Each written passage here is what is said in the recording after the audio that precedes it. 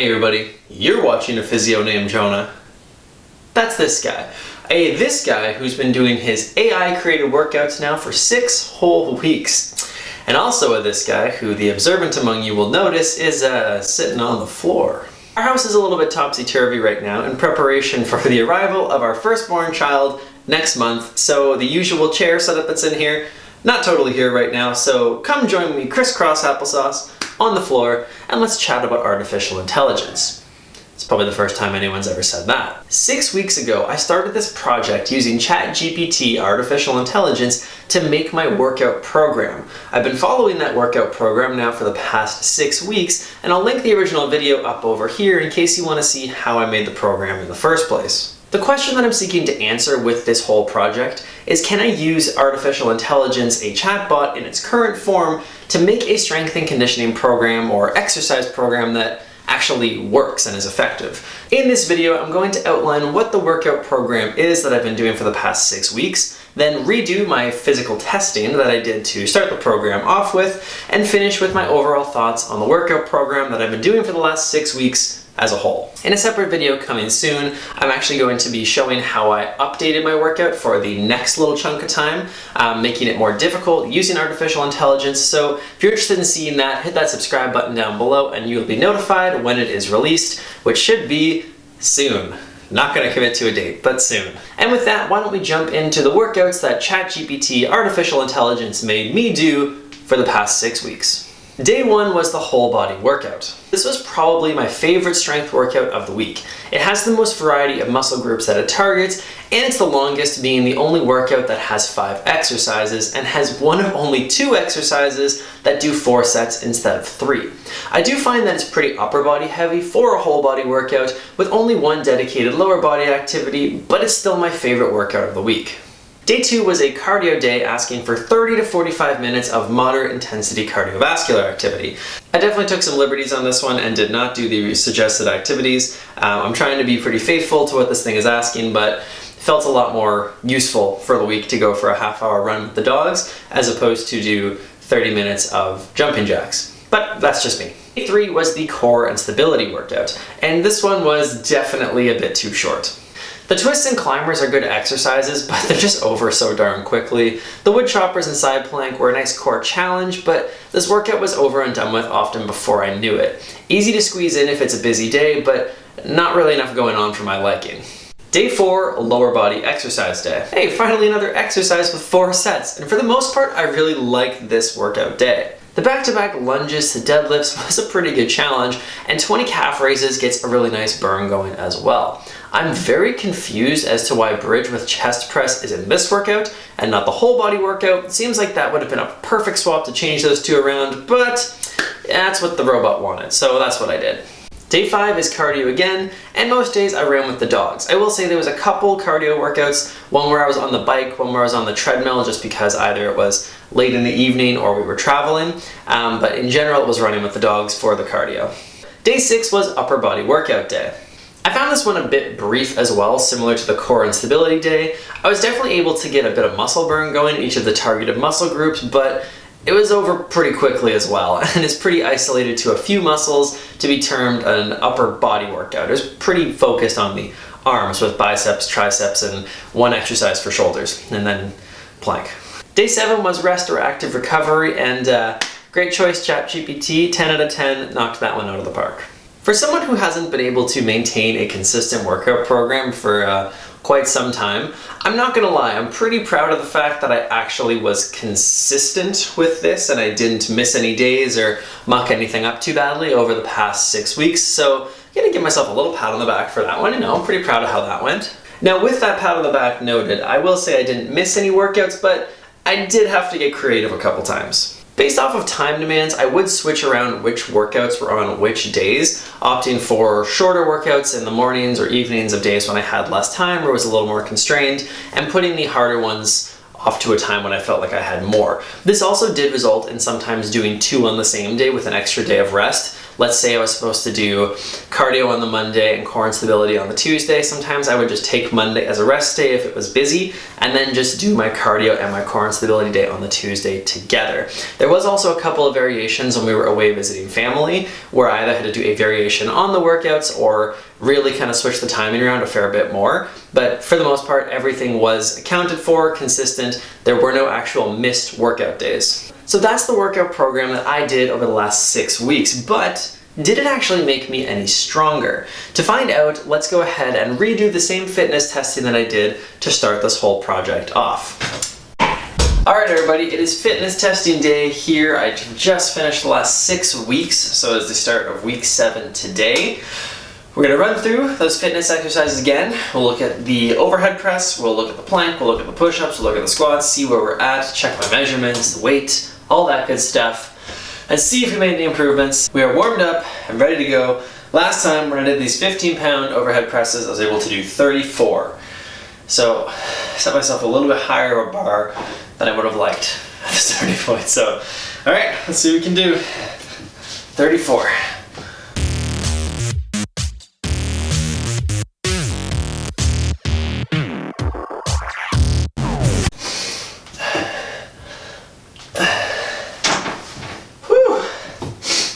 Alright, that's pushing into about the same level of fatigue as I did last time. Probably could have done a few more, same as last time, but the technique really started to feel a lot worse, and the last one I almost couldn't get there, but 42. That's an improvement. I mean, the workout did include overhead presses, and I've been doing that, lateral raises, so hey, 34 to 42, new personal best. So this is one I better beat in comparison to last time. This is maybe the one I was the most disappointed with on the left side, where I was only able to do 7 before I lost my balance. So hopefully gonna do a lot better than that this time around. 20 on the right, 7 on the left. I'm going to do the same as last time and do the right side first, see if we can get there. Unlike the last one, I haven't been training this specific movement, it's just been other lower body exercises, so we'll see if there's carryover for this one as well. Right side first, then left.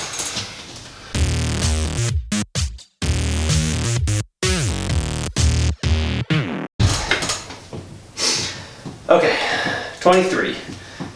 Maybe could have gotten more, but definitely started to feel like my technique was going off, so similar to last time, a little more. I'd say it felt better than last time probably. Just felt more like I was able to be consistent with it. Left side. Don't fail me now, boys.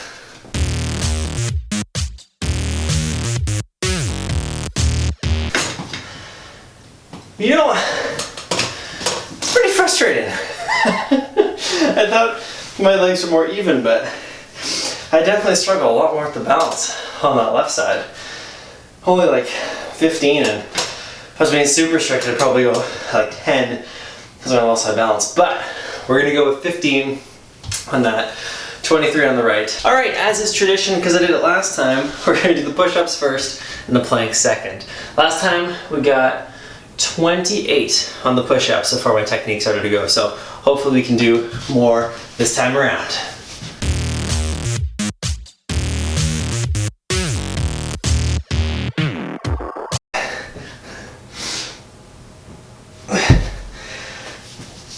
Got 30. Oh boy, that was not easy. All right, 30 push-ups. Got them.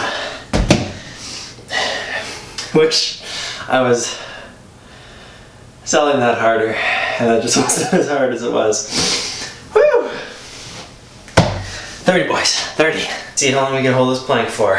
Last time, plank was held for 1 minute and 20 seconds, so hoping for 1 minute 21. Okay, let's go.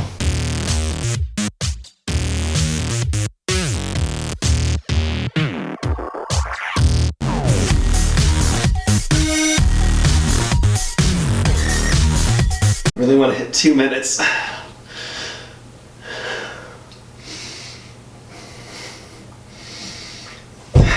Not quite. Oh, minute 50. Not bad.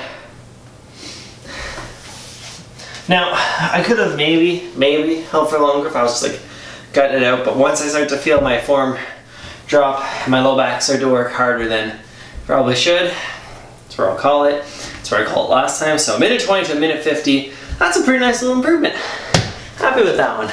Okay, so summarizing the changes from the fitness testing, body overall stayed pretty much the same. It's only 6 weeks. We don't expect to see massive changes in a body when we're doing exercises in just 6 weeks time.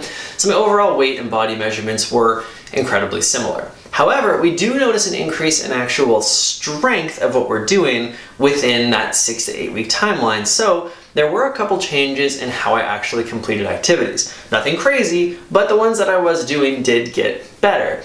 My overhead dumbbell press activity went from 34 to 42. That's pretty good. The biggest change obviously was in the planks, where I went from a minute and 20 seconds to a minute and 50 seconds. This probably has something to do with the fact that the planks were happening 3 times a week, so take from that what you will. The single leg squats, a bit of a change on the left, but I think that was more of a fault the first time of me just not holding my balance very well. 23 and 15 coming up from 20 and 7. And push-ups went from 28 to 30. So not really a change there, but push-ups also weren't a part of the workout program, so we can't expect to see a huge change. The only chest activity I'm doing was the bench press and the dumbbell press with the bridge. Dive deeper now into what my thoughts are on the workout program as a whole that ChatGPT gave me to do. Now, importantly, for those of you who may not fully understand how artificial intelligence works, myself included, it's kind of important to know that ChatGPT artificial intelligence does not itself know what a workout program is. I'm not sure what to do with that information either. Based off of the explainer videos that I've watched and articles that I've read at a level that were sufficient for a physiotherapist like me, artificial intelligence, a language model like ChatGPT, is generating language responses that are human-like in response to the input, but it doesn't actually have any knowledge of what the concept it is that it's talking about. So it's giving you words that are based off of what it has read or consumed about exercise, but it doesn't actually know what a workout program itself is, which can lead to some challenges in terms of how it is actually laying things out, because it just knows associations of words. It doesn't actually understand how a workout program is all kind of structured together. If that didn't make sense, I'm not super surprised. My schooling is focused on making shoulders not hurt, not artificial intelligence, but I'm doing my best to understand this area as I'm tackling this project. I will link some resources to hopefully make it easier for you to understand if that is something you're interested in, so go ahead and check those out. So why do I bring this up? Well,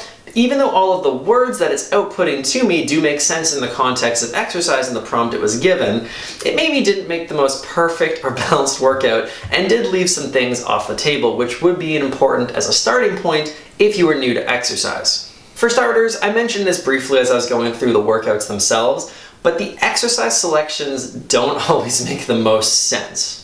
Having a straight dumbbell bench press on the whole body day does itself make sense. However, it doesn't make the most sense when we think that on the lower body day we have the same exercise incorporated with a lower body exercise. That seems like it would make a whole lot more sense in the whole body workout. And then on the upper body day, we actually don't have any exercises that target the chest, which is where the dumbbell bench press would come in, unless we count like a plank, which not really. Sets and repetitions mostly made sense, but were also pretty random at times. Why were lunges and squats the only 2 exercises of the week to get 4 sets? Why were some exercises 12 to 15 repetitions and others were 10 to 12, where some didn't even have a range? They were just 20 repetitions. I'm not sure why calf raises, the perfect number, is 20.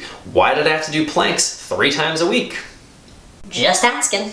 I went through and noted what muscle groups were the most targeted in this workout program and found that the shoulders and core were the most overrepresented, which does make sense when we think about planks, how frequent they were, but also the number of exercises that are body weight that involve bearing weight through your hands. So it's going to focus on the shoulders and the core, and this is a common issue when it comes to just weight bearing exercises in general. However, this is where workout programming comes in, so we don't over-focus on some body parts because they're easier to target with more exercises, and actually focus on incorporating the muscle groups that are a little more difficult to target. Lower body coverage was actually pretty good, I would say, because there was a number of compound lower body lifts that were included, but the calves did only get their one moment to shine with the calf raises. I mean, this isn't uncommon for many workout programs. People may not incorporate them much beyond just the dedicated calf raises, but definitely seemed a little bit lower on that end when the rest of the lower body muscles were getting 3 to 4 usages per week. Here's the biggest snub though, and probably the biggest issue with this program I had in general, was the muscles of the back. There's only one exercise throughout the entire week that targets the muscles of the back, and it's the bent over row. You could loosely say that a deadlift could incorporate some back muscles, but really, if we're going to talk about building the muscles of the shoulder blade, the ones that do scapular retraction, we're talking rhomboids, upper fibers, middle fibers of trapezius, lats, the muscles that pull the shoulder blades back. A pretty important muscle group to train. One exercise. So definitely limited on that end, especially in comparison to how much work was being done across the front of the shoulders, even through the chest by comparison. So a pretty big imbalance in terms of exercise selection when it came to that muscle group. The workouts were all relatively short as well. At one point, my wife actually teased me and asked me if I had specifically asked ChatGPT to make workouts for me that were shorter than 20 minutes because all of these workouts were taking me about 15 to 20 minutes to complete. Which positives, hey, that's a pretty good starting point for someone who is just kicking off into an exercise program. None of them are super overwhelming, but it's also a little bit on the shorter end when it comes to a more comprehensive workout. A detail that I found lacking for someone who is starting an exercise program, and from working with patients, I know this can be a pretty big sticking point with people because it can make them feel very uncertain of what they're meant to do, is the amount of rest between sets. Now, this can vary for specific exercises and what's required, but wasn't indicated whatsoever. Now, this can also vary the time that a workout takes. If you're resting for 2 to 3 minutes between sets, it's going to take a lot longer than if you're resting for 30 seconds. Now, I chose to rest for 30 seconds between most of my sets. If it was not enough time where I felt like I was fatigued, restarted the next exercise, then I was switching to more 45 seconds to a minute. This amount of time is a little bit on the shorter end, but seeing as I'm using the lighter weights that are around me, I don't require as much rest in between each set, which is a part of why the workouts were as short as they were in general. But I did specify that I only had these light weights when I actually made the program, so that was to be factored in. Regardless of rest time though, when a workout only has 12 sets because it's 4 exercises times 3 sets each, it's probably not going to take the most time in the world, regardless of what you're doing for a warm-up or a cool-down. I'm going to be using AI once again to update this program and address a few of the concerns that I had. So if you're interested in checking that video out, again, subscribe down below. You'll be notified when I release that video. It will be more of using the actual artificial intelligence chat feature to update this specific program. I will not be starting from scratch. I'll be taking the program that I have established right now that we just talked about and asking AI to make it more difficult for me. I'm interested to see how that plays out. After that, I'm going to be continuing this project for a little while. It's good for me to have a consistent workout routine, and I'm interested to see what kind of physical changes we can see and how artificial intelligence will work with me on this. It is something that I'm interested in how it could be beneficial for patients in a more of a long sense, but in the shorter sense for me, what kind of physical changes can we see? Hey, how effective can this thing actually be? If you made it to this point in the video, thank you guys so much for watching. If you're interested in asking any questions, you want to know more, you want to ask questions about workouts, whatever, please feel free to leave me a comment in the comments section down below. I do my best to get back fairly quickly, so I look forward to chatting with you soon. But most importantly, guys, as always, move your body, have a laugh today, and I will see you at the next video.